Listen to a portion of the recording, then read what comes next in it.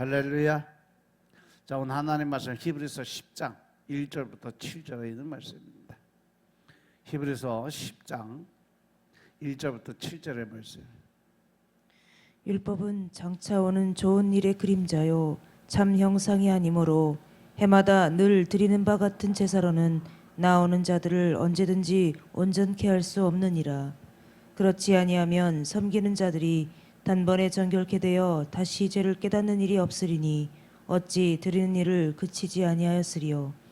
그러나 이 제사들은 해마다 죄를 생각하게 하는 것이 있나니 이는 황소와 염소의 피가 능히 죄를 없이 하지 못함이라. 그러므로 세상에 임하실 때에 가라사대 하나님이 제사와 예물을 원치 아니하시고 오직 나를 위하여 한 몸을 예비하셨도다. 전체로 번제함과 속죄제는 기뻐하지 아니하시나니 이에 내가 말하기를 하나님이여 보시옵소서. 두루마리 책에 나를 가리켜 기록한 것과 같이 하나님의 뜻을 행하러 왔나이다 하시니라. 아멘. 할렐루야. 히브리서 10장에도 계속 이어져 가는 것이 바로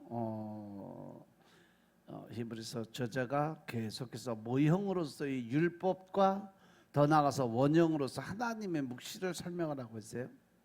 사도 바울은 율법은 장차 올 좋은 일의 그림자일 뿐이고 참 형상이 아니라고 이야기를 해요. 그러면서 해마다 드리는 율법의 제사로는 온전하게 하나님 앞에 나아갈 수 없다라고 설명을 하죠. 그리고 율법은 죄를 깨닫게 한다고, 즉 선과 악이 무엇인지 알게 하는 것이 율법이다. 죄를 깨닫는다는 것은 우리가 살아가면서 진짜 내가 죄로 인해서 죽을 수밖에 없는 사람이라는 것을 알고 깨닫는 것을 말하는 거죠. 반면에 오히려 율법으로 나는 산자다, 난 율법으로 나는 깨끗하게 씻김을 받은 사람이다 라고 증명하는 것이 자아예요.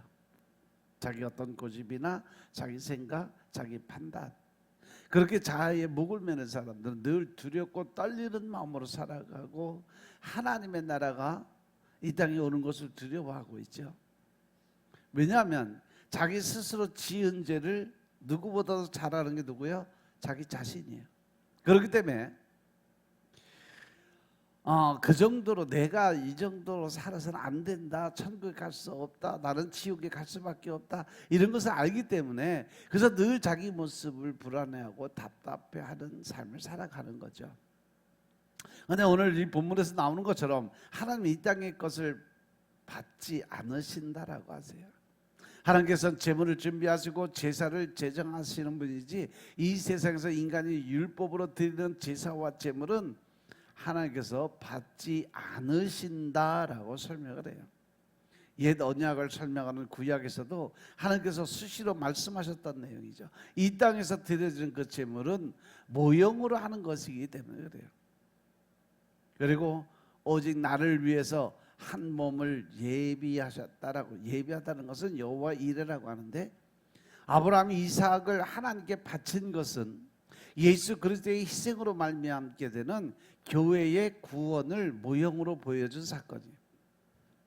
또 한 가지 측면은 뭐냐면 아브라함이 우리 이 사람들을 대변하는 자리에 서서 만약에 아브라함이 아들까지 바치려고 한 인간의 행위를 끝까지 받지 않으셨던 것은 뭐냐면, 아브라함이 진짜 이삭을 죽였으면 나중에 아브라함이 얼마나 자기 자아를 자랑스럽게 내보이고 싶었겠지 하는 거죠. 그래서 이삭을 죽이기 전에 멈추게 하시고 하나님께서 예비하신 양을 내어주어서 그것으로 제사를 드리게 만들었다는 거죠. 그것이 출애굽께서는 희생당한 어린 양으로 나오고 그 피는 또다시 신약에서 예수님의 새 언약을 모형으로 보여주는 예수님의 보혈의 피로 이어지는 거죠. 그렇게 하심으로 하나님께서는 인간의 의가 들어가지 않는 무죄한 아들의 피만 보시게 된 거예요. 그래서 성경을 보면 항상 장자가 모형으로 뭔가를 보여주고 그리고는 부정돼 이렇게 떨어져 나가요. 그리고 나서 항상 차자가, 둘째가 언약의 축복을 받는 모습이 성경을 보면요, 그게 이상하게 연결이 돼 있어요. 성경은 아담을 첫째 아담이라고 얘기를 해요. 장자라는 말이죠. 예수님을 뭐라 그래요? 둘째 아담이라고 이야기를 해요. 마지막 아담. 그러니까 장자가 모형으로 뭔가를 보여주고, 즉 죄의 모습의 형태를 보여주고, 타자가 장자의 것을 그냥 입고 하나님 나라로 들어가는 부분도 있다는 거예요. 그 얘기가 창세기 보면 또 나오죠. 야곱과 에서는 장자의 축복을 받을 자격을 다 갖췄던 사람이에요. 그런데 아버지 이삭은 에서를 축복하지 않고 자격이 없는 야곱에게 축복을 줘요. 물론 그 어미의 욕심이 보이는 장면이긴 해도 이미 하나님의 계획은, 그들이 태어나기도 전에 하나님의 계획은 야곱에게 축복을 주실 것을 이미 약속을 했어요. 창세기 25장 23절의 말씀을 보시면 여호와께서 그에게 이르시되 두 국민이 내 태중에 있구나. 두 민족이 내 복중에서부터 나누리이다. 이 족속이 저 족속보다 강하겠고 큰 자는 어린 자를 섬기리라 라고 하나님이 미리 예언의 말씀을 주셨어요. 그러니까 야곱이 아버지 이삭에게 축복 기도를 받은 것은 하나님의 계획 안에서 당연히 받아야만 했던 부분이었어요. 그런데 우리는 그냥 야곱이 이 도둑고 속이는 자고 뭐 이런 걸로 따져서 장자의 축복을 훔쳐갔다 그러는데, 훔쳐가는 게 아니고 오히려 당당하게 하나님 주신 걸 받은 거죠. 야곱이라는 이름의 뜻도 뭐 강도, 도적, 뭐 속이는 자 이러한 걸로 돼 있는데, 이름처럼 자신이 에서라고 아버지인 이삭을 속여서 축복을 받은 장면이 나와요. 이삭이 좋아할 만한 별미도 야곱이 만든 게 아니라 그 엄마가 만들어준 거죠.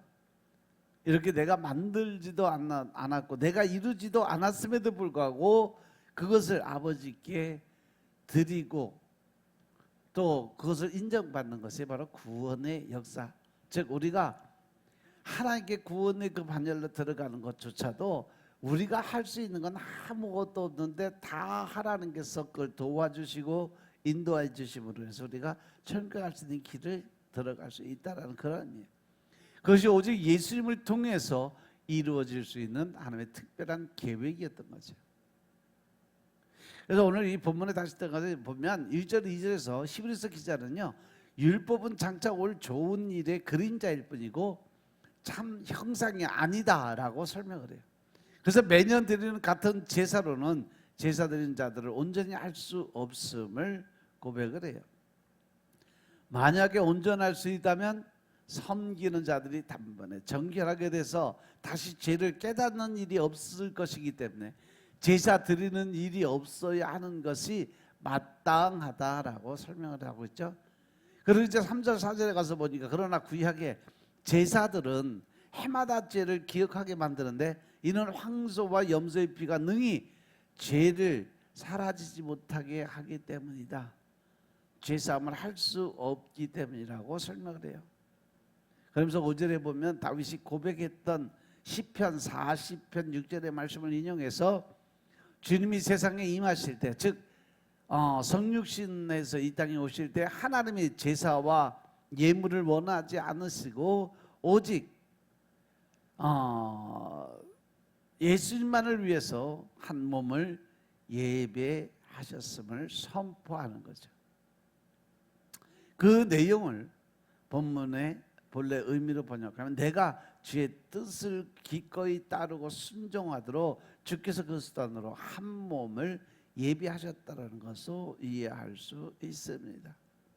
결국 그리스도가 하나님의 뜻을 순종해서 속죄의 제물을 드리도록 새 언약의 제물, 즉 예수님의 육신을 준비하신 하나님의 손길을 제시한 거죠. 그리고 이어서 이제 7절과 8절을 이용해서 보면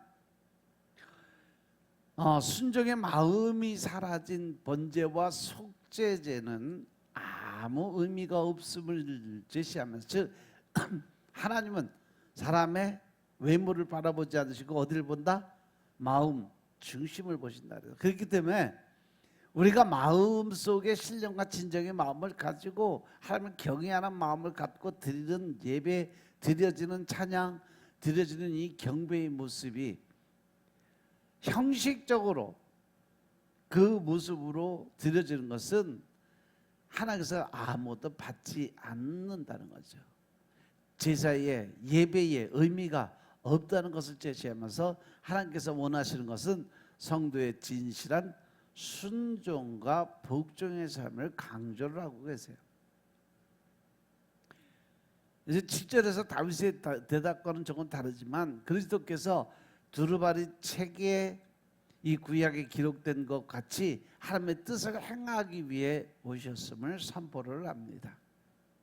또한 시편 40편의 말씀을 다시 언급하면서 율법을 따라 드리는 제사와 예물과 번제와 속죄제는 순종 없이는 기뻐하지 않음을 선포하고 하나님의 뜻을 행하기 위해서 오셨음을 제시하면서 첫 번째 것, 즉 율법을 폐하시고 둘째 것, 즉 새 언약을 세우기 위한 것을 설명을 해주고 있어요. 그래서 이 뜻에 따라서 예수 그리스도는요, 그의 몸을 단번에 들으심으로 성도들은 거룩함을 얻게 되었음을 선포하는 것입니다.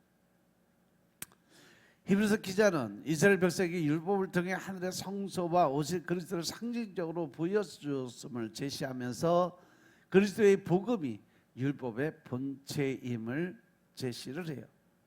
복음에는 그리스도의 성육신 사건의 의미가 담겨져 있고 죽으심과 또 장사되시고 부활과 영광의 약속까지 모두 담겨져 있는 것이 바로 복음이라는 거예요. 그래서 복음을 바르게 하는 것은 하나님의 뜻을 온전히 깨닫는 길이 되고 성도들은 복음을 통해서 그리스도를 알고 하나님의 뜻을 깨닫고 하나님의 선하신 뜻에 순종할 수 있는 힘을 얻게 되는 것이 바로 하나님의 뜻을 깨닫는 이 복음 안에 들어가는 거죠. 그런데 이러한 그리스도의 복음에 대해서 오해하거나 무지한 자로 살아갈 때는 하나님의 뜻을 곡해하게 되고 결국 불순종의 모습으로 나아가게 된다는 겁니다. 결국 우리는 하나님을 알고 예수를 알고 복음에 대해서 이해를 하려면 그래서 늘 어디로 들어가야 돼? 말씀 안으로 들어가야 돼요.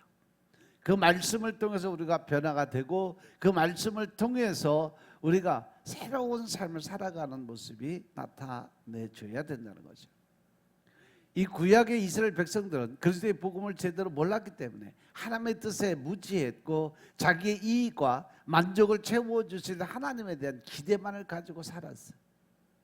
그래서 하나님께 제사를 드렸지만 순종이 사라진 모습이었고 하나님의 심판에서 벗어나지 못하는 무익함과 연약함이 이스라엘 백성들 가운데 만연하게 보여졌어요.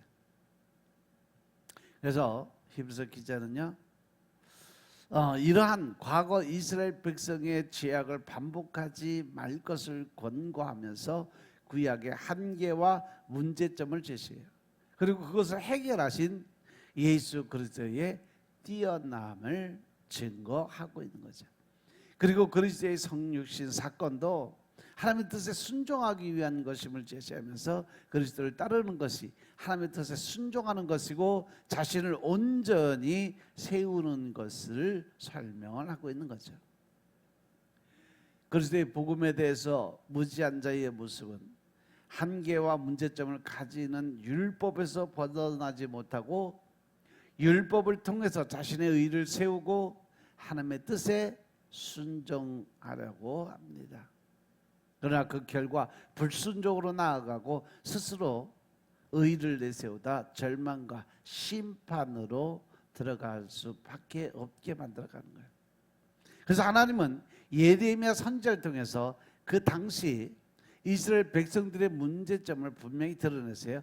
예레미야서 2장 10절부터 13절의 말씀을 보시면 너는 기띔 섬들에 건너가 보며 게달에게도 사람을 보내서 이 같은 일의 유무를 자세히 살펴보라고 하면서 어느 나라가 그 신을 신 아닌 것과 바꾼 일이 있겠느냐. 그런데 나의 백성은 그 영광을 무익한 것과 바꾸었다라고 하면서 너 하늘아 이 일을 인하여 놀랄지어다 심히 떨지어다 두려워할지어다 여호와의 말이니라 라고 설명을 하면서 내 백성이 두 가지 악을 행했다라고 얘기를 해요. 첫 번째 곧 생수의 근원이 되는 나를 버린 것과 스스로 웅덩이를 팠는데 그 웅덩이가 결국 물을 저축하지 못할 터진 웅덩이를 파고 있었다. 이렇게 하나님의 뜻에 대한 무지, 복음에 대한 무지의 모습은 그 자체로 하나님을 떠난 것과 같다라는 거죠. 반대로 그리스도의 복음에 대한 깨달음과 믿음은 그 자체로 하나님의 뜻을 행하는 것이 되고 하나님 안에 거하는 모습이 되는 것입니다. 복음을 깨닫고 믿는 것은 그리스도의 생명을 얻게 되는 거고 하나님의 심판에서 벗어나는 일이 되기 때문에 그렇습니다. 그런데 오늘날 성도가 복음을 깊이 깨닫는 일은 이렇게 쉽게 일어나지 않고 하나님의 뜻과 상관없이 자신의 어떤 생각과 자신의 감정에 따라서 행동을 하고 하나님께서 자기의 뜻을 이루어 주셔야만 된다고 생각을 해요. 그래서 하나님이니까 내가 생각한 대로 내가 어떤 뜻한 대로 하나님이 나를 도와주어야 그래야 내가 믿는 하나님이고 신이다라고 인정한다는 거죠. 그래서 내 뜻대로 뭔가 이루어져야 자신의 신이 될 자격이 있고 자신이 섬길 이유가 있다라고 생각을 한다는 거죠. 그래서 히브리서 기자는요 하나님을 향한 경외와 순종의 마음 없이 율법을 지키는 일이 결국 자아를 세우는 그러한 것과 같다라고 제시하면서 자기를 위한 신앙에서 벗어나도록 권면을 하고 있는 거죠.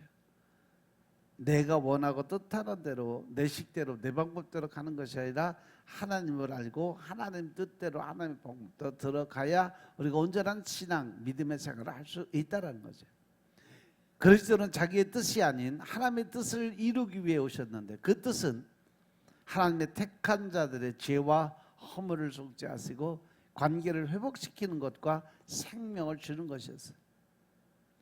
그리고 그것을 기꺼이 순종함으로 이루신 그리스도를 통해서 성도는 구약의 제사에서 자유하게 됐고 하나님과 화평함을 이루고 하늘의 성소에 들어가도록 만드셨음을 선포하는 거죠.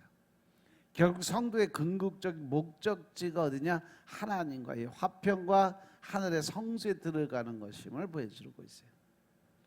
사도 바울도 이것을 분명하게 제시하면서 성도가 그리스도를 통해서 하나님과 화평하게 되고 의로움을 얻어서 하나님의 보좌로 나아갈 자격을 얻게 됐다라고 선포를 해요. 그것이 바로 로마서 3장 19절부터 22절의 말씀인데 우리가 알거니와 무릇 율법이 말하는 바는 율법 아래 있는 자들에게 말하는 것이니 이는 모든 입을 막고 온 세상으로 하나님의 심판 아래 있게 하려 함이니라. 그러므로 율법의 행위로 그의 앞에 의롭다 하심을 얻을 육체가 없나니 율법으로는 죄를 깨달음이니라. 이제 율법 외에 하나님의 한 의가 나타났으니 율법과 선지자들에게 증거를 받는 것이라. 곧 예수 그리스도를 믿음으로 말미암아 모든 믿는 자에게 미치는 하나님의 의니 이것은 누구에게도 차별이 없다라고 설명을 해줘요. 성도의 삶은 복음을 바르게 알고 복음의 능력으로 사는가 그렇지 않은가에 따라서 분명하게 천국과 지옥의 갈림길에 서 있다는 거 명심하시기 바랍니다. 복음을 알고 그 복음에 따라서 생명의 관계를 세우고 사는 것이 성도가 추구하는 삶의 목적이 되어야 되고 그렇게 살아갈 때 온전하게 세우시고 변화시키는 하나님의 손길을 경험하게 될 수 있다는 거예요. 히브리서의 말씀을 묵상하면서 사도 바울이 당시 성도들에게 율법에서 벗어나서 그리스도를 통한 자유와 생명과 능력을 얻도록 도전하고 있음을 선명하게 느끼게 돼요. 그래서 전에는 지루하게 여기던 구약의 내용들도 하나님의 마음과 뜻을 전하는 도구였음을 깨닫게 되고 모든 성경 말씀에서 그리스도의 복음이 드러나고 있음을 알아야 된다는 거죠. 그래서 여러분들이 지금 이 히브리서를 통해서 진짜 예수님이 어떤 분이고 말씀이 어떤 것이고 또 성령이 하나님의 그 마음이 어떤 것을 깨닫고 알아야 된다요. 그리고 그러한 깨달음은 주를 향한 믿음을 더욱 견고하게 세우게 만들고 성도의 궁극적 목적지인 하나님의 그 보좌 하늘의 소망을 두고 살아가는 자로 서게 됨을 고백해야 할 줄 알아야 돼요. 그런데 땅에 발을 딛고 살아는 우리에게 아주 쉽게 유혹에 넘어가기도 하고 율법을 통해서 자기의 의를 드러내려는 어리석은 모습은 늘 쉽게 나타날 수 있어. 왜? 아직까지도 버리지 못한 내 자아가 살아있기 때문에 그래요. 내 생각, 내 뜻, 또 내가 알고 있는 그러한 지식 때문에 그래요. 그럼에도 불구하고 다시 주께로 나아가게 만드는 손길은 죄에서 자유를 얻게 하는 길이 되기 때문에 다시 그 길로 나아가는 것이 기쁨이고 감사의 조건이 될 수 있음을 깨달아 알아야 됩니다. 그 고백이 바로 오늘의 삶, 한 주간의 삶, 그리고 지속적으로 여러분들 인생 속에 나타날 수 있는 그 삶으로 또 주의 지체들도 그 소망에 더욱 가까이 다가가는 모습이 될 수 있기를 주님의 이름으로 축원합니다. 기도드리겠습니다. 아버지 하나님 감사드립니다. 오늘도 예수님을 통해서 우리가 알 수 있는 믿음의 삶을 살게 하시고 또한 능력과 권세 안에 쓰임받는 도구의 삶을 살 수 있도록 허락하시니 감사합니다. 오늘도 우리가 말씀을 통해서 온전한 예수님을 알게 하시고 깨닫게 하시고 하나님의 권세와 능력 안에 쓰임받는 도구의 삶을 살 수 있도록 주님이 축복하옵소서. 오늘도 온전하게 주님을 향한 열정의 마음을 갖게 하시고 또한 먹든지 마시든지 뭘 하든지 다 주님의 영광을 위해서 살아갈 수 있도록 축복하옵소서. 모든 말씀으로 주 예수 그리스도의 이름으로 감사드리며 기도드려 사옵나이다. 아멘.